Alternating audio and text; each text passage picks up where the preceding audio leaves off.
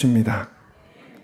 오늘 우리에게 주신 하나님 말씀은 열왕기상 21장 17절에서 22절의 말씀입니다.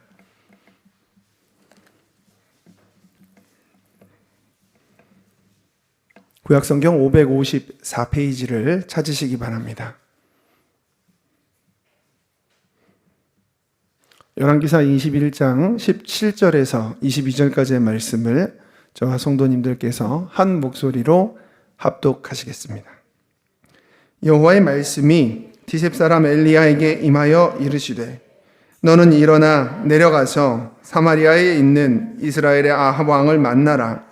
그가 나봇의 포도원을 차지하러 그리로 내려갔나니 너는 그에게 말하여 이르기를 여호와의 말씀이 네가 죽이고 또 빼앗았느냐고 하셨다 하고 또 그에게 이르기를 여호와의 말씀이 개들이 나봇의 피를 핥은 곳에서 개들이 네 피 곧 네 몸의 피도 핥으리라 하였다 하라.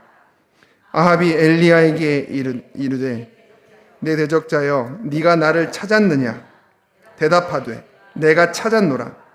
네가 네 자신을 봐라.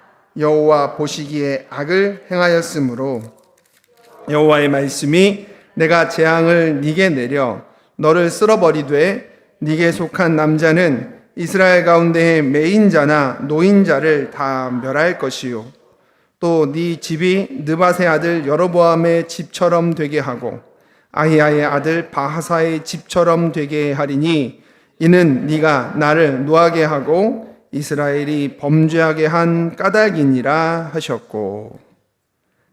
아멘. 잠시 기도하겠습니다. 우리와 항상 함께 하시고 오늘도 우리의 걸음을 인도하시며 모든 환난과 괴로움과 사망의 음침한 골짜기를 다닐지라도 목자의 음성으로서 우리의 갈 길을 밝히 보여주시는 나의 주 나의 아버지 하나님, 우리가 마음이 민감하지 못하여 눈이 있어도 보지 못하고 귀가 있어도 듣지 못하는 백성과 같이 하나님은 이미 길을 밝혀주셨는데도 발견하지 못한 채로 신음하고 울고 있는 우매한 양과 같을 때가 많음을 고백합니다. 그러나 능하신 하나님, 우리를 포기하지 않으시고 선한 목자는 우리와 항상 함께 하시며 여전히 그 길을 가르치고 지키게 하시니 이제 우리가 좌우로 치우치지 아니하도록 성령께서 우리의 영안을 열어 주시옵소서. 하나님의 선한 뜻을 분별하여 그 길을 따르게 하시고 하나님을 기뻐하되 목마른 우리의 영혼 가운데 위로부터 부어주시는 하나님의 영광의 아름다움의 기쁨이 우리의 삶에 흘러넘치게 하여 주시옵소서. 부족한 자가 단위에 서서 하나님의 말씀을 대언할 때에 저는 없고 오직 하나님만이 온전하게 나타날 수 있도록 심령골수를 찔러 쪼개는 능력의 말씀으로 우리를 새롭게 하여 주시옵소서. 예수님의 이름으로 감사하며 간절히 기도합니다. 아멘. 우리 좌우에 인사하겠습니다. 하나님의 영광을 위해서 합시다. 하나님의 영광을 위해서 합시다. 또 인사하겠습니다. 하나님의 영광을 기뻐합시다. 하나님의 영광을 기뻐합시다. 우리 시간 찬양 받으시기 합당하신 하나님께 감사와 영광의 박수 올리겠습니다. 할렐루야. 아멘. 오늘 우리 같이 읽은 말씀을 통하여서 죄에 대하여 죽은 자가 되라, 이와 같은 제목으로 말씀해 드리겠습니다. 옛날에 전에 새벽기도 때 한번 예화로 썼던 것 같은데요, 주먹을 굉장히 잘 쓰는 분이 한 분 계셨다고 합니다. 이분이 회심하고 나서 이제 더 이상 주먹을 쓰지 않게 되고 착해진 겁니다. 옛날 동료가 정말 이 사람이 회심했는지 너무 궁금했던 거죠. 그래서 오랜만에 만나서 대화하면서 식사를 하다 말고 갑자기 뜬금없이 오른쪽 뺨을 때렸다고 합니다. 아니 그랬더니요, 이 과거에 싸움 잘하던 분이 갑자기 성경처럼 왼뺨을 이렇게 돌려대더랍니다. 오, 바뀌긴 했구나. 그래서 왼쪽 뺨도 또 때렸다고 합니다. 그랬더니 그분이 성경에는 여기까지밖에 없다 이 자식아 이러면서 반대판을 막 때렸다는 얘기가 우스갯소리처럼 있습니다. 이 이야기는 가공된 이야기입니다. 사실 이 이야기에 원형이 있습니다. 그것은 실제 있었던 이야기인데요, 우리나라 초대교회에 유명하신 깡패였던 목사님, 혹시 아십니까? 김익두 목사님이라고 아마 아시는 분들 많을 겁니다. 이분이 유명한 깡패셨잖아요. 사람들을 많이 괴롭히고 패고 다니고 했던 분인데, 이분이 회심을 한 겁니다. 주님 만나고. 그리고 나서 제일 먼저 했던 게 자기를 아는 모든 사람들에게 편지를 보내는데 부고장을 보낸 겁니다. 김익두는 죽었다. 라고 말입니다. 그러니까 그 편지를 받았던 사람들이 얼마나 좋아하던지, 그간 얼마나 사람을 못 살게 굴었는지 엿보이는 대목입니다. 엄청 좋아하더랍니다. 그러던 어느 날 사람들이 엄청나게 많은 시장 한가운데에 이 김익두 목사님이 나타난 겁니다. 사람들이 어리둥절해진 거죠. 아니, 죽었다고 하더니 웬일이래? 양복을 빼입고 성경책, 큰 검은 성경책을 끼고서 이제 목사가 되어서 나타난 겁니다. 그러면서 이전과는 다른 행동들을 막 보이는 겁니다. 이제 자기는 과거의 자기가 아니라고.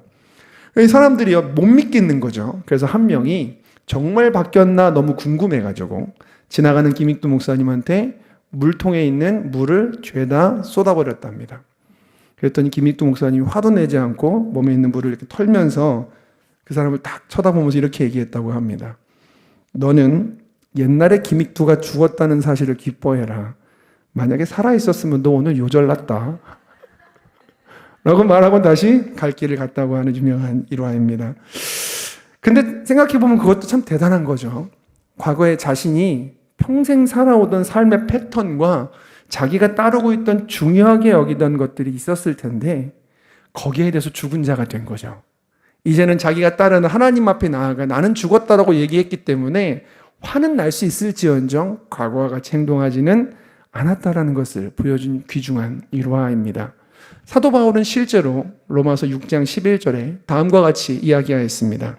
우리 같이 한번 읽어보겠습니다. 이와 같이 너희도 너희 자신을 죄에 대하여는 죽은 자요 그리스도 예수 안에서 하나님께 대하여는 살아있는 자로 여길지어다. 아멘이십니까? 근데 이게 잘 지키기는 어려운 것 같아요. 그리고 살다 보면 분명히 내가 하나님 믿는데 죄에 대해서 혹은 죄가 내게 매혹적으로 주려고 하는 선물들에 대해서 여전히 고개를 돌리고 관심을 갖고 내 마음속의 육체의 소욕을 따라 살려고 하는 사람들이 많은 것 또한 사실입니다. 여러분, 우리가 이 죄를 죽은 것처럼 여기지 않고 생생하게 살아있게 되면 어떤 일이 생깁니까? 우리의 삶이요, 사실은 대해 위에서 나침판을 들고서 그 길을 가야 하는데 이게 없어진 상태인 사람들이거든요. 예수님을 만난 사람들은 이 나침판이 생겼다라고 보시면 됩니다. 본향이 어딘지 하나님은 알려주셨고 우리가 그 방향을 나침반을 따라서 가는 거죠. 근데 죄에 대해서 생생하게 살아있는 사람은 이 나침반이 아니라 그 죄를 바라보고 가다가 이 망망대해 위를 자꾸만 표류하게 되는 겁니다. 하나님이 기뻐하시지 않는 삶이 그렇게 나타나게 되는 것이죠. 여러분, 바로 죄가 생생하게 살아있는 사람은 교회에 있어도 변화가 잘 없습니다. 아합이 바로 그와 같은 삶을 살았었습니다. 그는 이름을 알지 못하는 선지자가 와서 하나님의 심판을 예고했습니다. 근심했거든요. 근데 거기서 끝났던 이유가 뭡니까?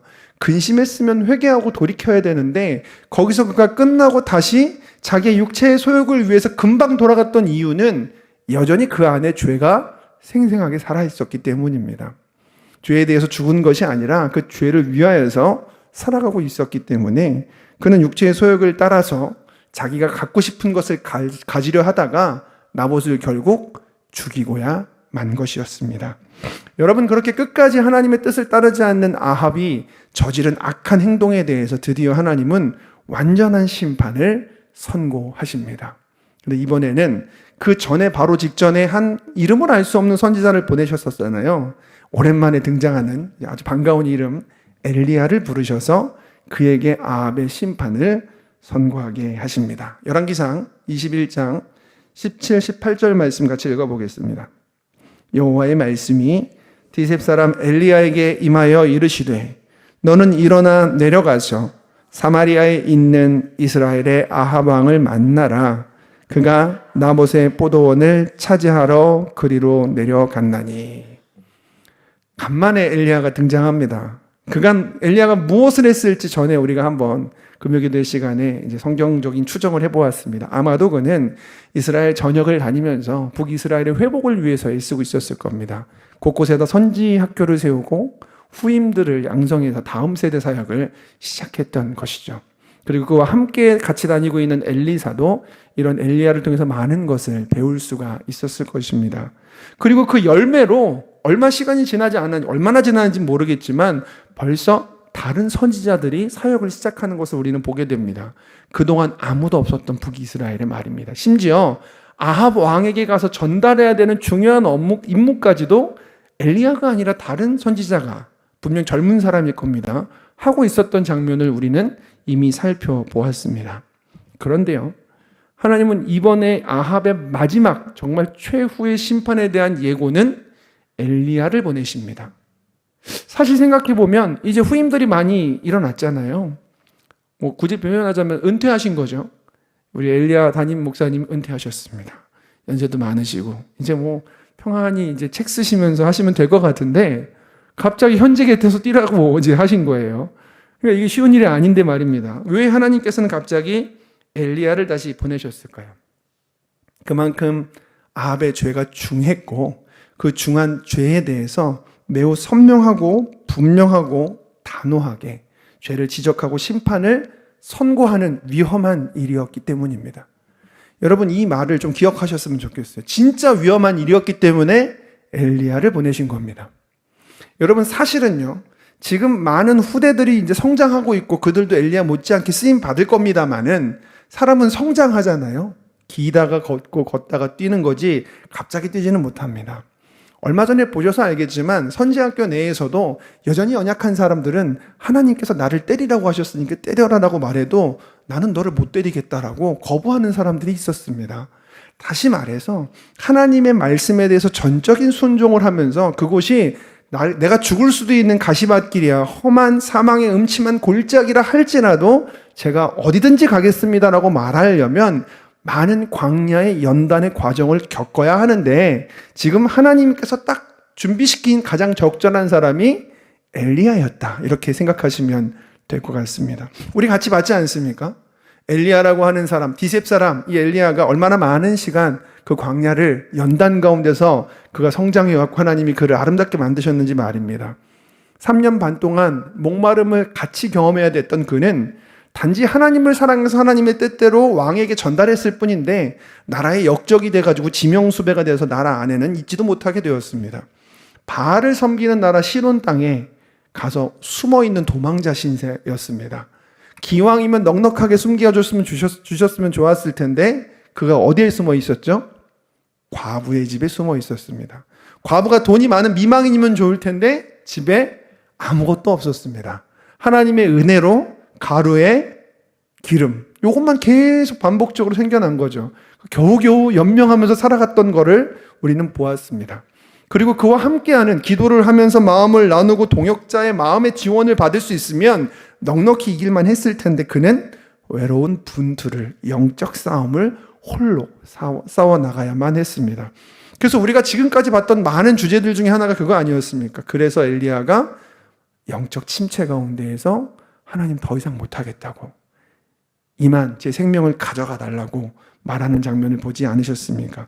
여러분, 그렇게 어려운 광야를 겪은 그 과정은 참 힘들었을 겁니다. 진짜 본인은 죽여달라고 말할 정도로 말입니다. 하지만 그 모든 광야의 과정 속에서 하나님은 엘리야를 걸작 중의 걸작으로 만들어내셨습니다. 하나님의 손길은 그 어떤 것도 헛되거나 쓸모없는 것이 없다는 사실을 꼭 기억하셨으면 좋겠습니다. 여러분, 엘리야의 광야가 얼마나 힘들었습니까? 하지만 이제 그는 아합 왕의 죄를 그 자리에서 하나님의 뜻으로 드러내고 완전한 사망을 선포하는데 그 위험하고도 두려운 자리에 가장 적격인 사람이 되어 있었습니다. 다른 사람들은 잘못하면은 왕에게 죽임을 당하거나 하나님 앞에서 그것을 온전히 전할 만한 마음의 용기를 얻기 어려울 수도 있는 상황 속에 가장 적합한 사람이 엘리야였다는 사실은, 오늘 이 자리에서 광야를 혹시 지내고 있는 분들이 계시다면, 이 세상에서 우리가 참 어려운 눈물 골짜기, 사망의 음침한 골짜기를 지내고 있는 분들이 있으시다면, 사랑하는 사람과의 이별이나 외로움이나 오해가 생겨서 하나님, 도저히 제가 이것을 왜 견뎌야 되는지도 이유를 모르겠고 어떻게 해결해야 되는지도 모르겠다라고 말하는 분들이 계신다면 그분들을 향한 메시지시기를 주님의 이름으로 축원합니다. 하나님이 그렇게 준비시키셨습니다. 왜 였는데, 그때는 진짜 모르겠습니다. 왜 였는데 그 물음표를 끊임없이 던지던 수많은 날들이 지나고 이제 인생을 조망하고 돌아보고 있는 엘리야는 넉넉히 이기게 되었습니다. 그 물음표는 어느덧 그의 마음 가운데 느낌표로 갈무리 되었고 하나님께서 늘 살아가면서 하나님 앞에 쉼표를 찍고 있던 그에게는 마침표를 선물로 주시기 직전입니다. 여러분, 그렇게 오늘 우리 가운데에 혹시라도 엘리야의 광야 같은 어려움의 광야를 걷고 계신 분들이 계신다면 추천을 해드리고 싶은 방법이 한 가지가 있는데요. 가끔 저는 되게 마음에 진정이 안 될 때 밖에 나갑니다. 여름에는 잘 안 나갑니다. 더우면은 이게 마음이 위로가 잘 안 되더라고요. 시원할 때, 추울 때도 괜찮습니다. 일단 밖에 나갑니다. 만약에 더우신 날이면 에어컨 있는 차에 나가시기를 바랍니다. 그리고서 세상을 한번 보시는 겁니다. 하늘을 흘러가고 있는 구름과 여전히 떠오르고 있는 달과 별들과 온 우주 만물이 한치의 오차도 없이 어저께와 마찬가지로 오늘도 흘러가고 있습니다. 정말 0.0001초의 오차만 있어도 우주가 어떻게 될지도 모르는데 단 한치의 오차도 없이 온 우주가 완벽하게 흘러가고 있습니다.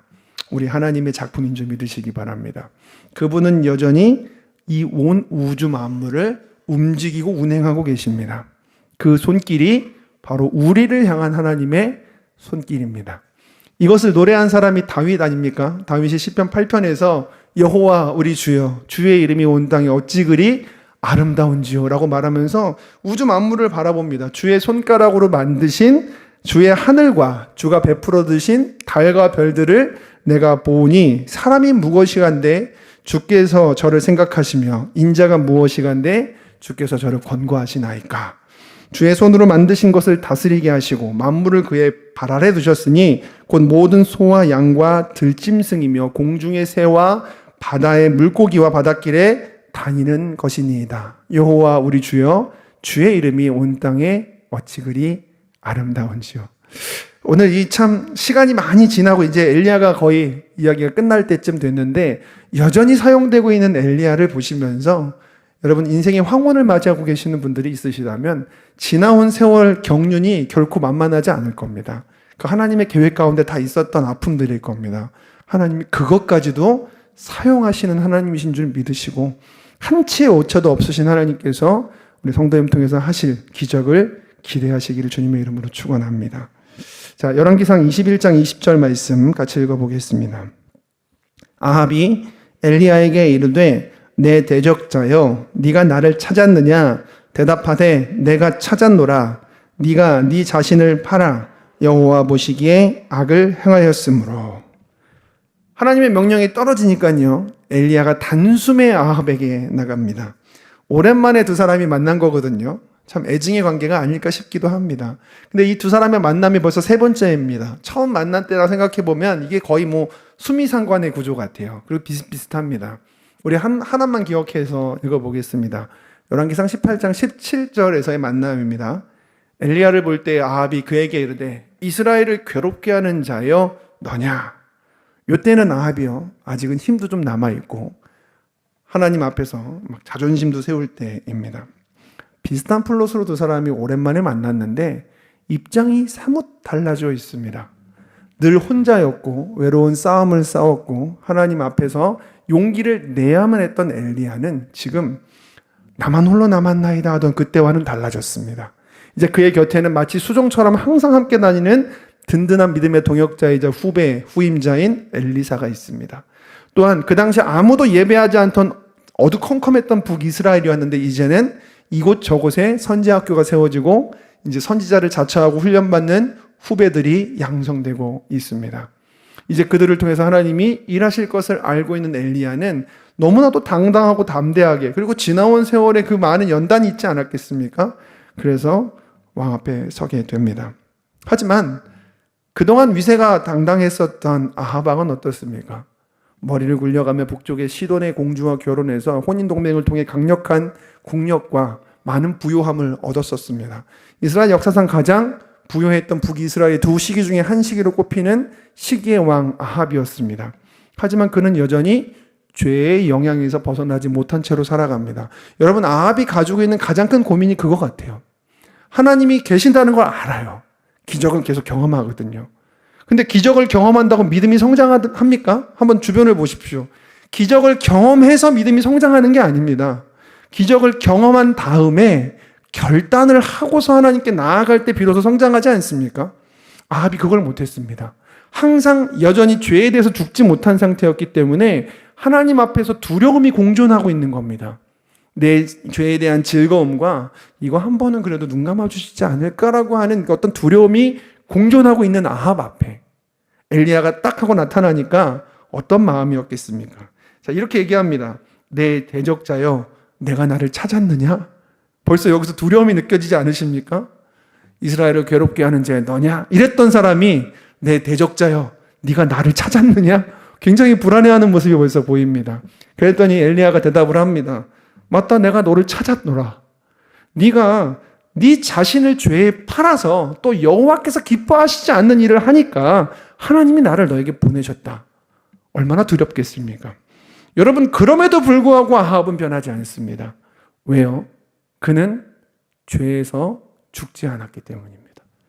죄의 매혹적인 세력이 그 충동이 그를 붙잡는 데 있어서 스스로 자기를 계속 팔고 넘어갔기 때문입니다. 자, 21장 20절 하반절을 보면 네가 네 자신을 팔아 여호와 보시기에 악을 행하였으므로 라고 했고요.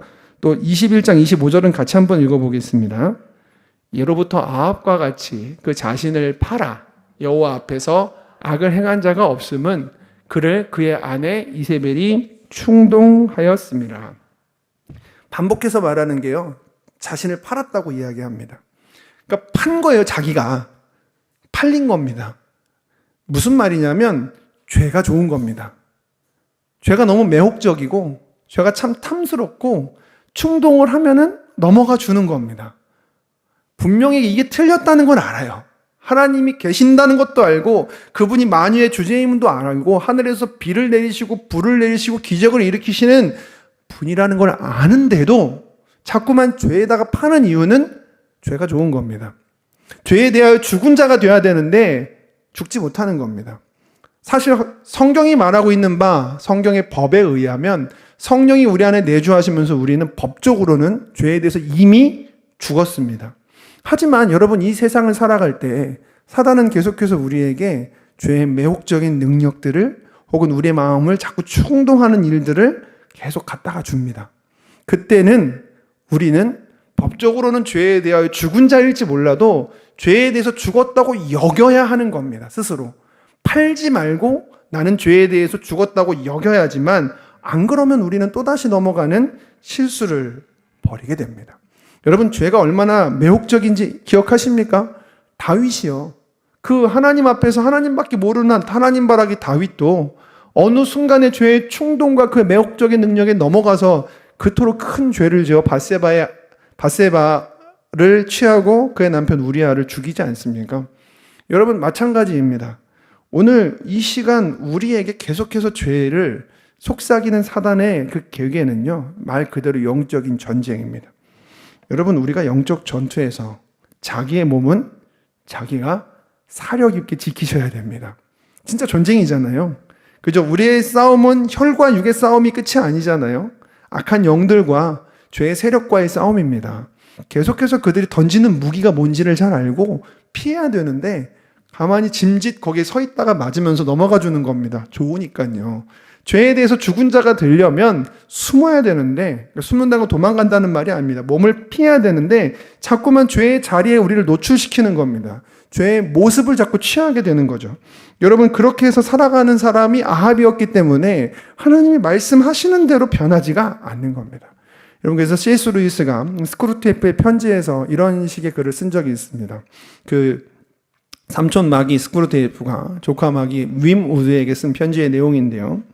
그 사람이 구경거리가 될 만한 죄를 짓게 만들려고 하는 것은 초보들이나 하는 거다. 중요한 것은 그 사람을 하나님께로부터 멀리 떨어뜨리는 것이다. 누적되는 죄는 그 사람을 빛으로부터 멀리 떼어내어서 그 빛이 아무것도 아닌 것처럼 느끼게 만들 것이다. 처음 시작은 뭐 구경거리가 될 만한 큰 죄를 짓게 하지 말고 아주 작은 것부터 시작해라. 상관없다. 오히려 지옥으로 보내는 가장 확실한 길은 서서히 작은 죄들이 쌓이게 하는 것이다. 이 길은 커브도 없고 표지판도 없고 이정표도 없고 완만하고 부드러운 내리막길이다. 이렇게 이야기를 합니다. 마치 미지근한 냄비에서 헤엄치고 있는 개구리를 죽이는 방법처럼 조금씩 이 정도는 괜찮지? 너도 하고 싶은데 큰 죄는 아니잖아 하면서 일상 속에 자꾸만 들어오는 사단의 이 애매하고도 매혹적인 공격에 우리가 거기에 대해서 적극적으로 피하고 대항하지 않을 때 어느덧 개구리가 죽을 정도의 온도로 냄비는 뜨거워져 있겠다라는 겁니다. 여러분, 죄가 참 교묘하지 않습니까? 아합이 좋아할 만큼 매혹적이기도 합니다. 여러분, 근데 중요한 것은요, 우리가 이 정도는 하나님이 이해해 주시겠지? 내가 지금까지 잘 참았으니까 잠깐 갔다가 돌아와도 괜찮겠지? 라고 하면서 그 한 번의 단계를 할 때 하나님이 이해해 주시고 안 해주시고의 문제라기보다는 그렇게 우리가 죄에 대해 죽은 자가 되지 않고 한 번 허용하잖아요. 사단이 그것을 정말 아주 잘 노립니다. 경험해 보셨잖아요. 그 한 단계 넘어간 다음에는 거기까지는 이제 베이스가 되는 겁니다. 그 다음 단계로 넘어가기가 너무 쉬워지는 거죠. 그렇게 어느 순간 조금씩 바뀌면요, 마치 처음에는 작은 나사 하나 빼는 게 뭐 그리 중요할까 싶었는데 정신 차려보면은 브레이크 페달까지 빠져 있습니다. 이제 멈추지를 못하게 되는 겁니다. 거기다가 내리막길이니까요. 그러므로 우리가 법적으로 성령에 의해서 죄에 대하여 죽은 자가 되었지만 사도 바울의 말과 같이 죄에 대해서는 죽은 자같이 여기고 그리스도 예수 안에서 하나님에 대해서는 산자처럼 여겨야 하는 줄 믿으시기 바랍니다. 여러분이 여긴다는 것은요, 끊임없이 자기 동기부여를 하고 성령님께 의지하는 겁니다. 그러니까 오늘이 바로 싸움이고 전쟁이라는 사실을 꼭 기억하셔서 여러 가지입니다. 매혹을 하거나 마음을 충동할 겁니다. 그럴 때마다 성령의 도우심을 구하시면서 우리가 그 죄를 나는 죄에 대해서 죽었어 라고 생각하시면서 고개를 획 돌리고 아예 그 자리를 떠나게 되시기를 바랍니다. 여러분, 계시록 3장 1절 하반절 말씀 같이 한번 읽어보겠습니다. 내가 네 행위를 아노니 네가 살았다 하는 이름을 가졌으나 죽은 자로다. 내리막길이거든요. 처음 시작이 괜찮겠지 하고 갔다가 결국 죽은 자가 되어버린 겁니다. 여러분, 우리의 싸움 결코 자동으로 되지 않습니다. 구원파가 얘기한 것처럼 예수 믿는 그날부터는 자동으로 성령님이 다 싸워주셔서 그냥 살면은 의롭게 살아줘라고 말하는 거 살아보니까 되십니까? 만약에 여러분이 되시는 거면 제가 문제가 좀 있나 봐요. 저는 잘 안 되더라고요. 매일 싸워야 되더라고요. 여러분, 오늘 성경을 보니까 그렇게 그리스도인들의 치열한 싸움 가운데 맺혀지는 열매를 성령의 열매라고 부릅니다. 괜히 성령의 열매가 있습니까? 내 힘으로 안 되니까 성령으로 살 때 성령이 맺혀주시는 열매인 줄로 믿습니다.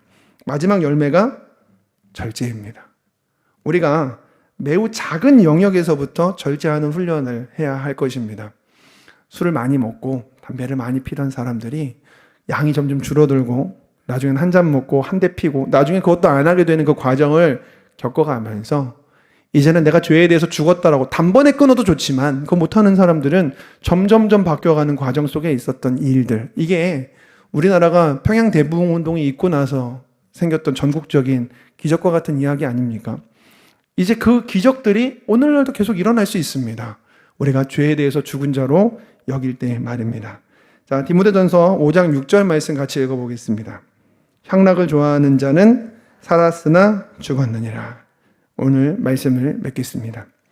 여러분, 우리의 성도님들의 삶 가운데 사단이 정말 매혹적이고 참 탐스러워 보이는 그 쾌락과 죄로서 우리를 충동할 때가 있을 겁니다.